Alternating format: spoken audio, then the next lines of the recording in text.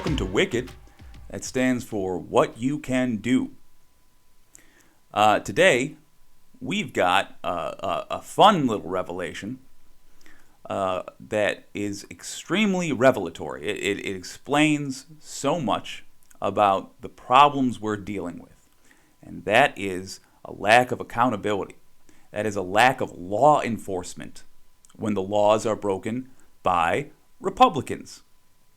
When a Republican breaks a law in the United States of America, they will only be punished if there is a great deal of pressure from the American public, as well as a great deal of visibility, because you don't get the pressure without the visibility. So I'm going to do my part here to help with the visibility.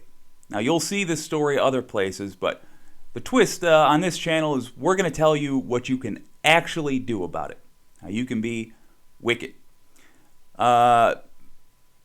Let's just get right to it. I'm going to show you a little show by the name of Morning Joe.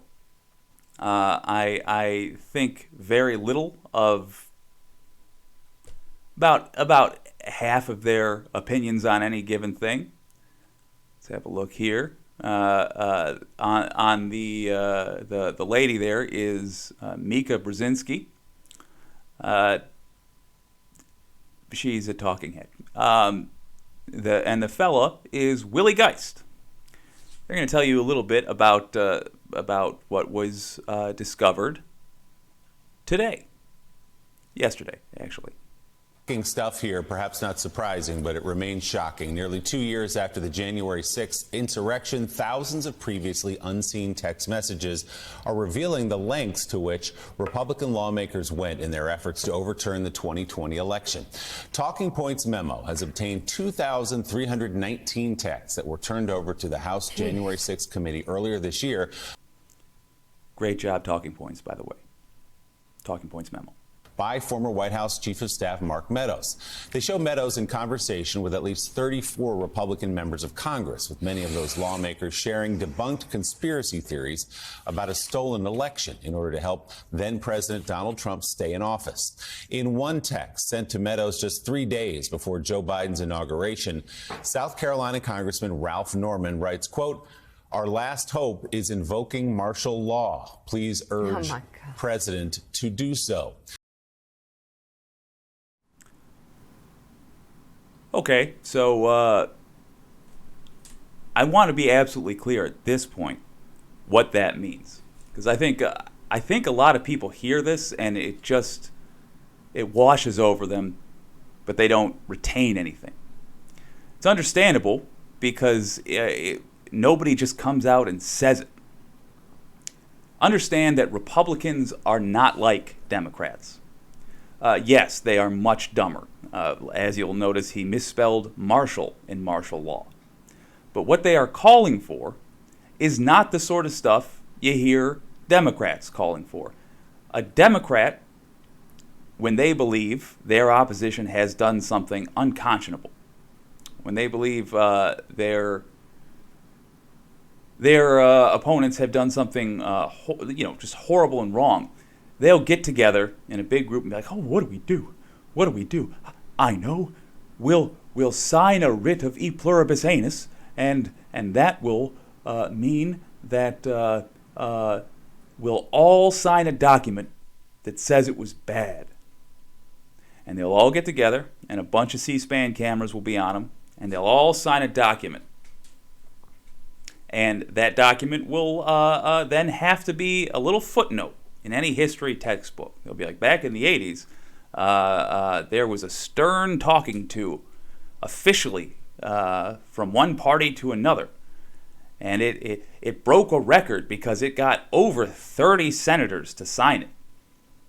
And then, having done that, about whatever nightmare thing a Republican has done, the Democrat will have a campaign ad following it saying, "They're a fighter."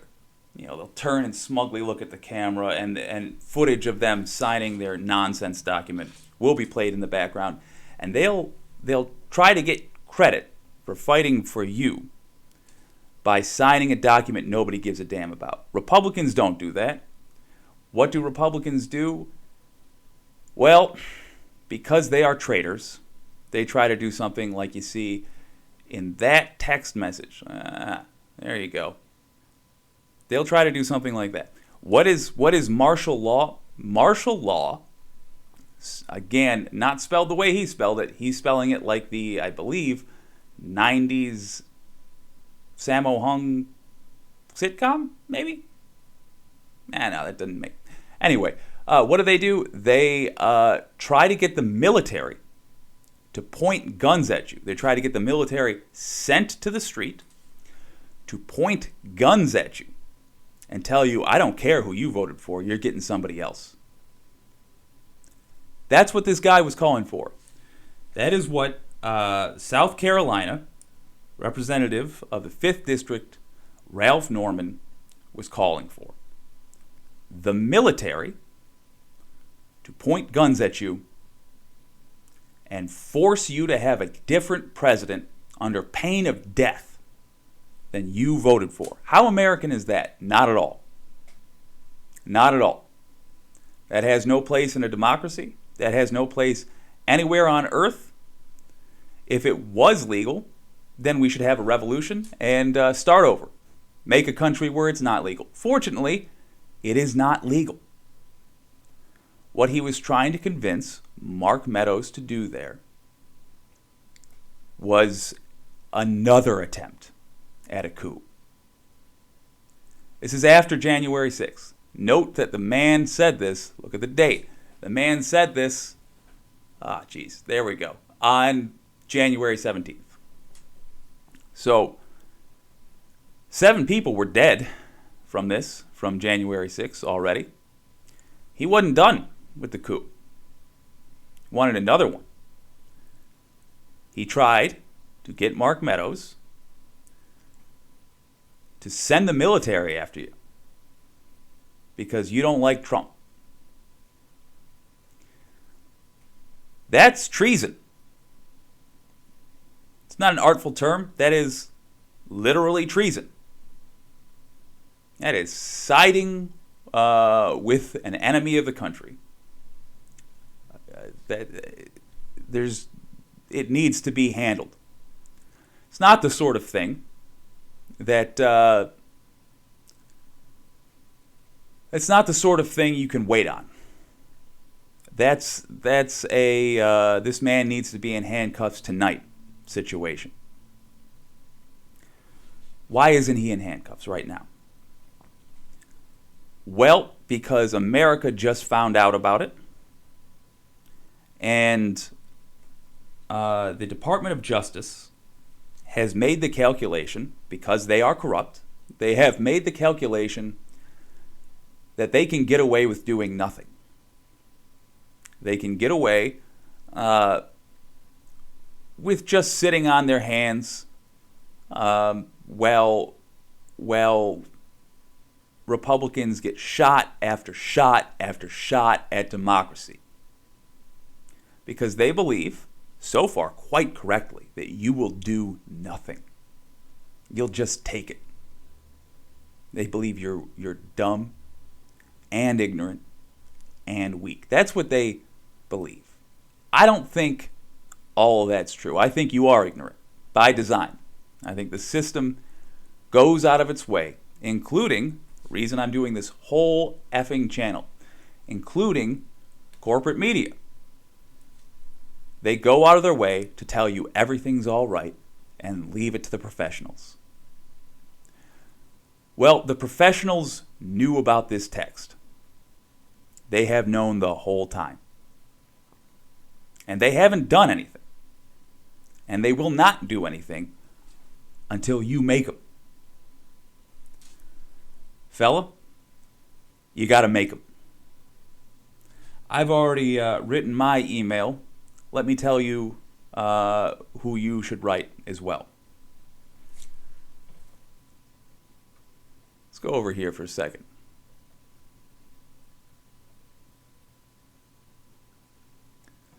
This fella. Right here. This 12-year-old in his daddy's church suit. That is the head of the Public Integrity Unit for the Justice Department. His name is Chief Corey Amundson. Corey Amundson.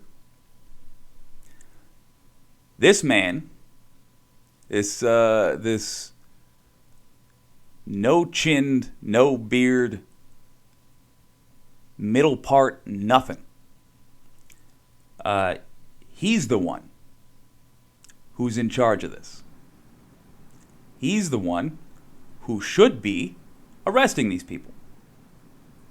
He didn't. He's just let Ralph Norman run free. You got to email this guy and tell him you see him. You got to tell him you know who he is, you know what he's failed to do, and that you're disgusted. Call him a see you next Tuesday if you feel like it. The point is, he needs to know that you hate him. Because you should hate him. Because this dude, Corey Amundson, he has purchased his house with your tax dollars. He's paying for, presumably, his kid's college at a nicer college than you'll ever be able to afford with your tax dollars. He bought that pathetic suit with your tax dollars because he's paid by your tax dollars. And in exchange for all that money, Corey Amundson did nothing. He's allowing you to be assaulted instead of doing his job. He is allowing Ralph Norman to try to get the military to shoot you instead of doing his job. The moment Corey Amundson got a hold of those texts, read through them, Ralph Norman should have been put under arrest. Right now, Norman should be in a jail cell awaiting trial. If not, already tried, convicted, and in prison. It's not a political matter. It is a straightforward matter of justice. But he chose not to. Hey, let's look at another one. Who works directly under him? Who is the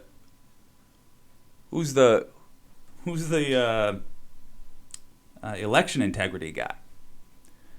Well, that'll be Robert Heberle. See this fellow right here? That's Robert Heberle.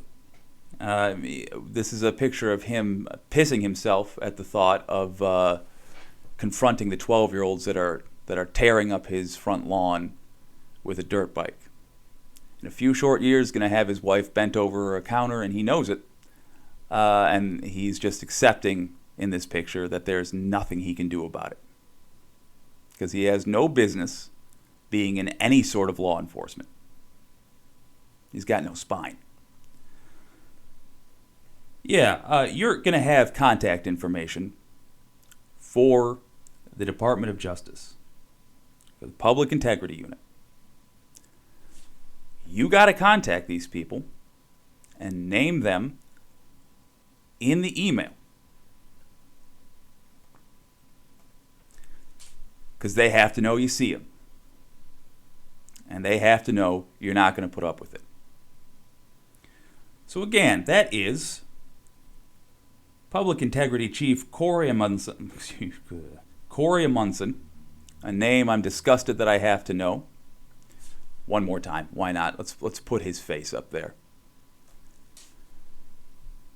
That is the head of the department who should be dealing with these punks, these Republican traitors who are trying to overthrow democracy in the United States of America. That is the man who has chosen to do nothing. That is the man who has known for 2 years that Ralph Norman did this. Did he go after Norman? No. In fact, Norman was allowed to run for re-election and win. Do you think the good folks of South Carolina would have voted for a man that was known to have attempted to subvert their vote at the end of a gun? Maybe. Maybe not. We'll never know.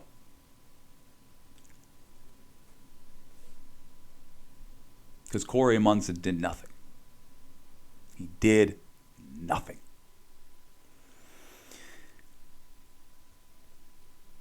We can't let them keep getting away with this. The them, in this case, is the Justice Department. The cowards. Attorney General Merrick Garland, you know him. That is the weak head of the snake. He's got to go as well. But first and foremost, we got to be putting pressure on Corey Amundson and Robert Heberle. These two dudes are overseeing the inaction when it comes to public integrity. These two people are the reason why Republicans get free shots at democracy over and over and over and over. Marjorie Taylor Greene just called again for an armed insurrection. She just said more weapons should have been allowed at January 6th, where 7 people died. No action. There is such a thing as free speech. There is also such a thing as conspiracy. There's such a thing as inciting violence. There are lines. They have been crossed.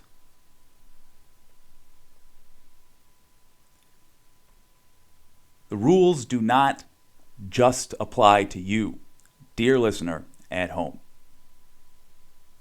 At least they shouldn't. Unfortunately, that is how we are operating, because right now,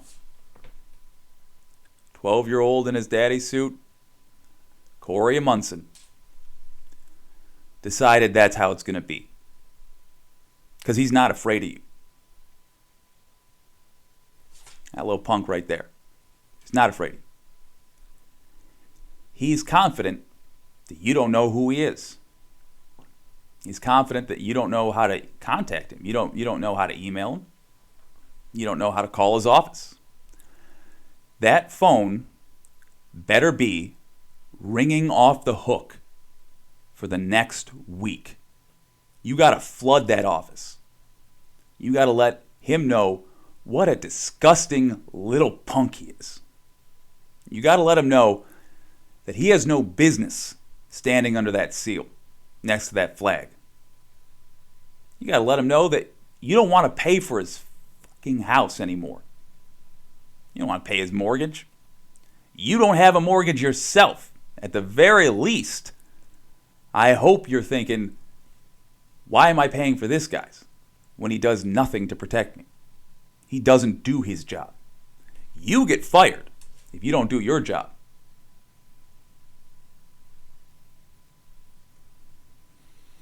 If you want to know what kind of mood you should get into, I recommend the Dark Tide official soundtrack.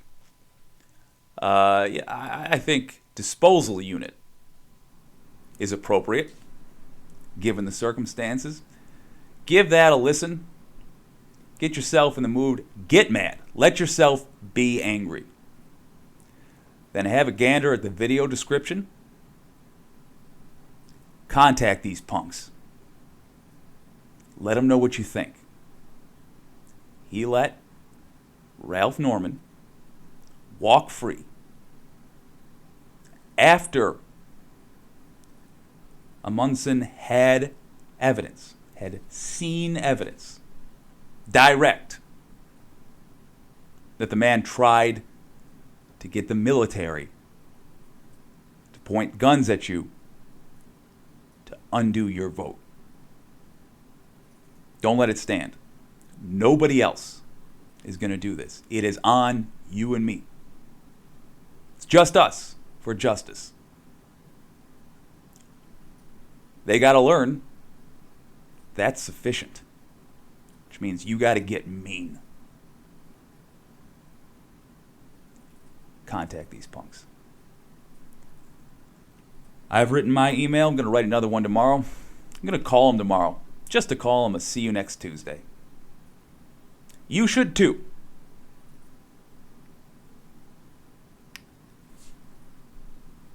Good luck. My name's Jake. Boxes, I cannot fit in the boxes. Stop it. Quitting was never an option. Exhausted. This passion is never exhausted. And you cannot stop it. Nah, you cannot stop it. I had to switch up the flow, show you the way that it go. God is good, but his life is hard. But it gets better when you grind it small.